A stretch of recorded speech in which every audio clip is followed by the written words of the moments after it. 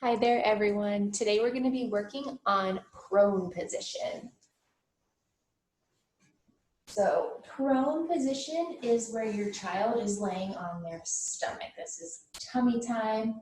It is great because it encourages your child to lift their head and their neck up into that extended position.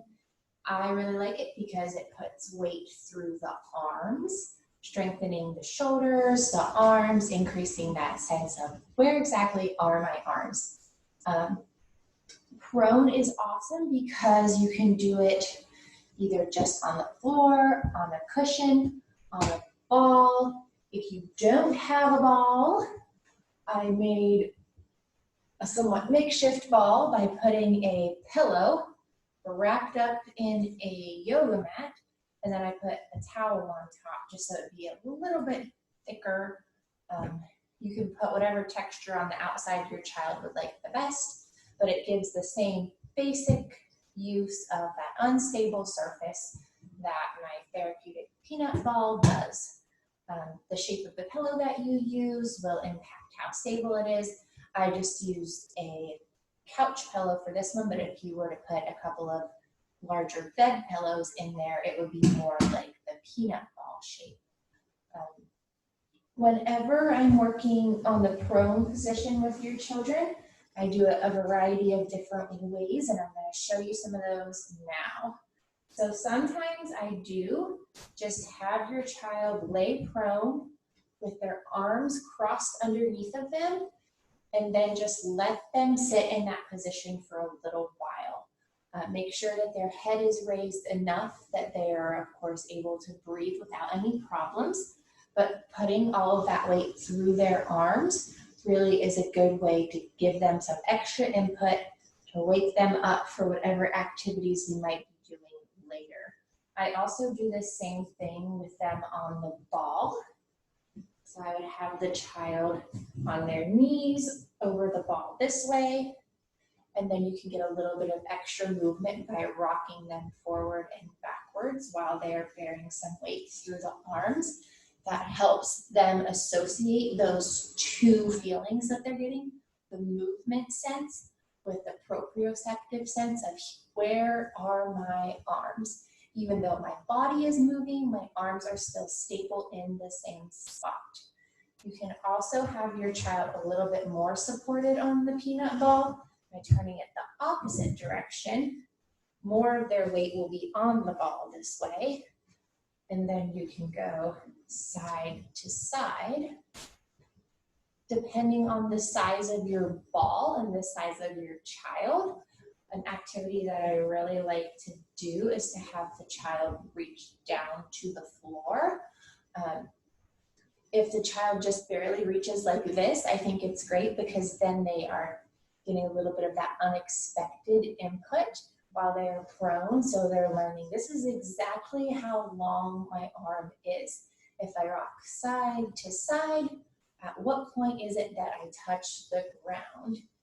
If I rock them a little bit, I might have them bear some weight through there. I can control how much weight they're bearing through their arm just by rocking their torso on the ball. So most of their weight is going straight down in a line through the ball. And depending on the tilt, it could be just a tiny little bit that's going through their arm.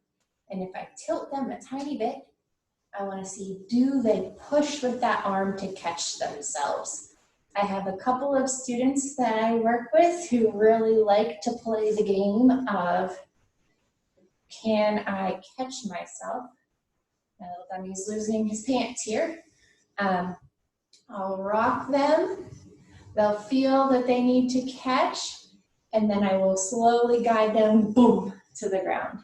And that is wonderful. It's kind of rough and tumble play, so make sure they're, of course, on a mat, a soft surface. We always do it on the mat at school.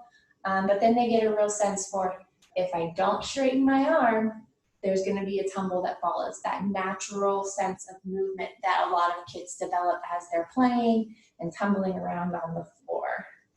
So we did over the ball short way, over the ball the long way. I think we'll say so long to the ball for now. And then just see some things that we can do with the pillow or a couch cushion. If you have your child leaning over the couch cushion with their knees on the ground and most of their weight on their upper body on the couch cushion, that is, like we said before, that straight line down. There's a lot of weight going down through their arms just from the weight of their torso. A way that you can make it a little bit less weight on your child's arms is by scooting them forward so that their arms are off the edge. And then that way, a lot of their weight is still back in their torso area. They're being held down by their legs on the cushion. And then they can, depending on how far forward you place them, they're a little bit more or less weight through their arms. Make sure, like we've talked about before, that they have something that's interesting for them to look at, to do while they're in these positions. Always be thinking about different textures that they can feel with their hands. So whether it's you place some textured stuffed animals under here, or a really swishy wintertime jacket like I showed you in one of my other videos. A great idea as the weather gets warmer is to take some of these activities outside. If you've got a sandbox, go ahead. If you've got an outdoor patio set that has a cushion like this, feel free to put the patio cushion and then have your child play in the sand in this prone position. Keeping an eye on their safety. Of course, we don't want sand in the eyes or in the mouth, but doing this in the grass as well is a great new texture for them to explore. Something that I remember I did not show you for the ball is I do something very similar to this, where I will have your child prone over the ball with their hands just kind of relaxing down. And I will rock them to see, can you feel when your hands are hitting? And then I'll leave them in a slightly tilted forward position. And a lot of your children at school have been able to, with a delay, I always wait, because they're figuring it out still. I know exactly what I want them to do, but they don't always know. So I'll lean them forward so their hands are touching, and then I'll wait and see, will they push themselves back up? Always keeping my hands on their torso or on the ball so that they don't fall forward unexpectedly.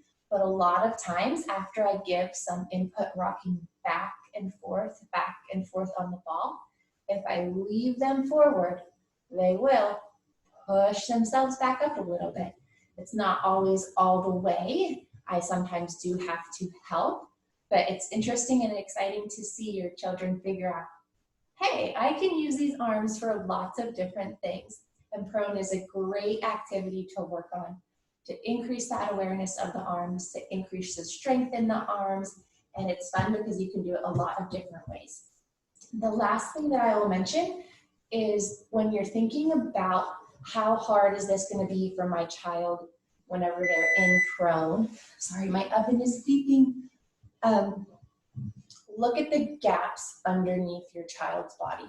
So if you were to want them to hold themselves up in a prone position over this pillow, my modified ball here, might need to put this back together a little bit. And there's a big gap between their chest and the ground. That's a lot of weight that your child has to push up with their arms. So you want to do things that are going to fill the gaps to make it easier. So that might be pulling your child's body back a little bit so they are more supported. That might be adding another pillow underneath that specific part if you don't want their hips to go unsupported. So that's my big tip for the prone position, is if it seems like it's too hard to use your arms to support yourself, fill the gap underneath. A lot of times that is a gap underneath the torso. I hope you guys have fun working on prone at home. Your children really are doing a lot of great prone work at school, so I hope that they don't push back too much for you.